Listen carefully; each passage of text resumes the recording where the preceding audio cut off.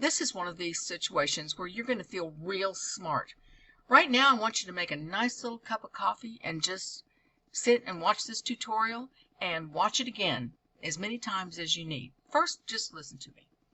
When I'm writing an essay about facts, any kind of facts, I need to be able to support those facts with documentation, right? Otherwise, if somebody wrote a report about me and said, Professor Hall is 88 years old, what? Where did that fact come from?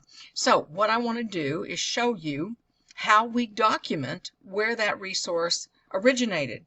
Now below this tutorial, you're going to see all of the written information about how to cite sources and so forth. And I want you to look that over. But first, I want to give you an idea what we're talking about here. So stay with me. Let's take a look at an example of how I'm going to show where information came from for something that I'm working on. Here we go. We are working on an essay about Woodstock. Woodstock, the music festival that took place in 1969. And one of the things we're doing in this essay is we're painting a backdrop for what was going on in the world at the time that concert was being planned and taking place. So, one of the facts, of many facts that are included, has to do with the Vietnam War. Here is the citation. This is where the information originated. Obadiah Brown's article, The Military Draft During the Vietnam War, Omeka RSS 26, March 2016. Okay, so that's where this information originated. How do I want to use the information that I found in this article? Really, all I need from that for this particular essay is simply to show the reader the pressure that was on folks in the United States, and particularly young men at the time.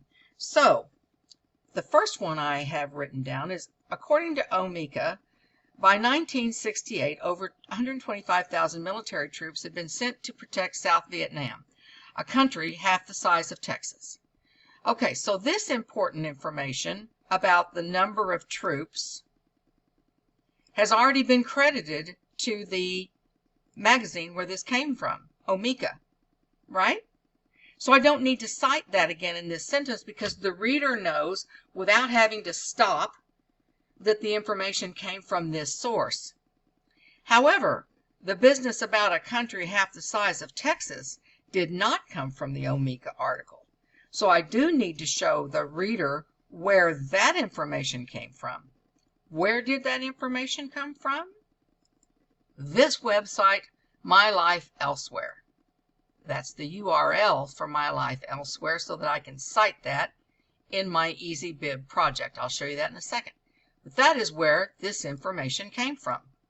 And that information included a little picture of Texas, and there is Vietnam fitting inside the state of Texas.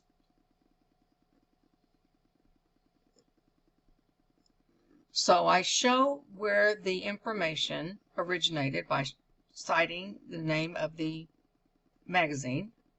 Then, when I say that this is a country half the size of Texas, that information came from mylifeelsewhere.com and period.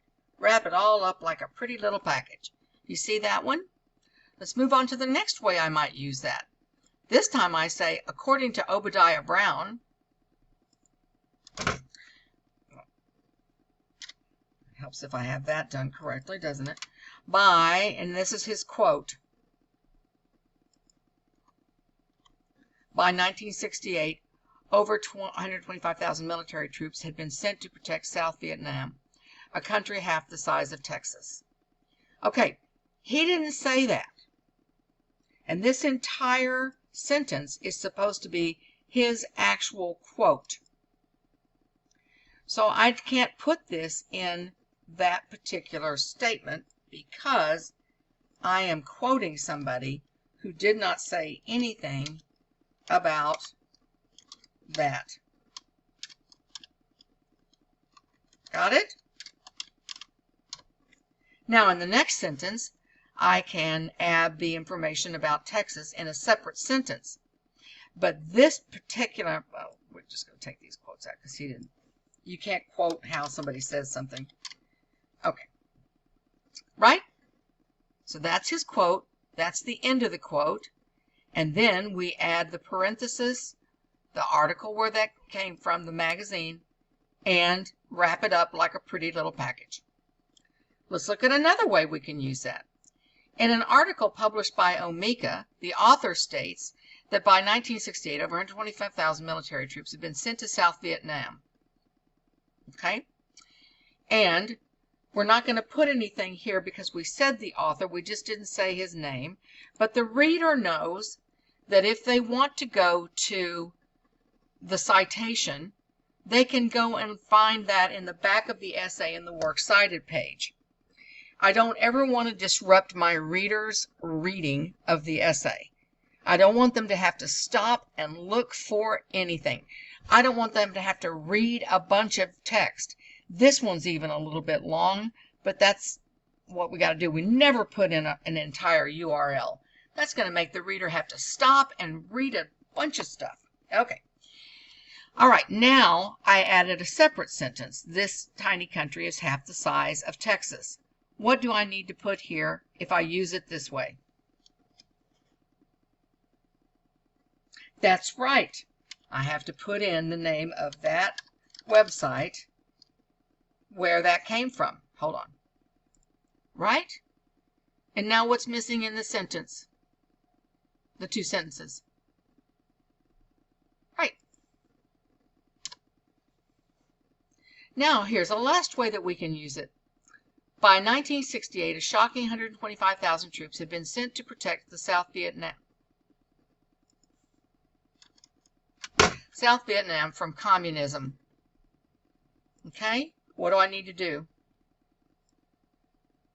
For this one, I'm going to, if the reader wanted to find that full citation, I want them to be able to find the author. So all I'm going to put right there is Brown. And the reader knows that all they have to do is go to the back of the essay where the works cited is, find Brown, and they'll be able to see the entire citation of where that information originated. Now, instead of going on and on and on about that, I could include this map of Texas with the outline of Vietnam in the actual image. A picture does speak 1,000 words. So let's see, if I did it that way, I would have to insert a caption, because what does the reader need to know? That's right. Where did this picture come from? So I'm going to fill in where this came from. And I want it to go below the image. So click OK. There it is. I don't like it. I'm not going to have enough things in this little short thing for me to have figure 1, figure 2, and so forth. So there we go. Nice. Okay, whoops. One out. All right, now I still want to put the sentence in it. I'll be right back. Now, anytime I put an image into an essay, I always want a sentence that explains what that image is. I don't want my reader to have to look at that and go, what am I supposed to see? What am I looking at here? So I wrote the sentence. The figure below, probably place below there, illustrates the small size of Vietnam compared to Texas. There's the image. There's the citation of where that came from. Now, the last concept I want you to gather before I complete this tutorial is this. In an essay that is about a music festival that took place in 1969, do I want to devote this much attention to one fact that sets the stage? An image, a citation, all of this other information, or do I want to keep it simple with something that just simply says the facts to set the stage? Because the essay's thesis has to do with Woodstock as a music festival, this is overshooting the mark.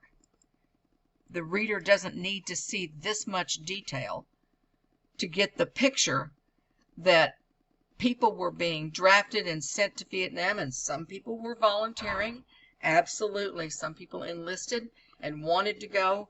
Others were drafted, but the fact nevertheless remains that by 1968, over 125,000 military troops had been sent to protect South Vietnam, a full country half the size of Texas.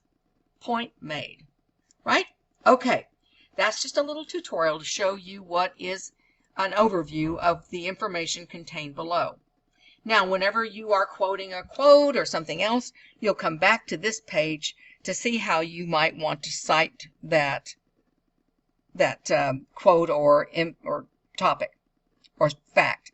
If you get stuck with that, simply send me an email with the sentence that you want to write, the source where it originated, and I will help you wordsmith the sentence so that the citation works out well within the sentence. It isn't bulky. It doesn't take up a lot of room or space. I am more than happy to help you with that.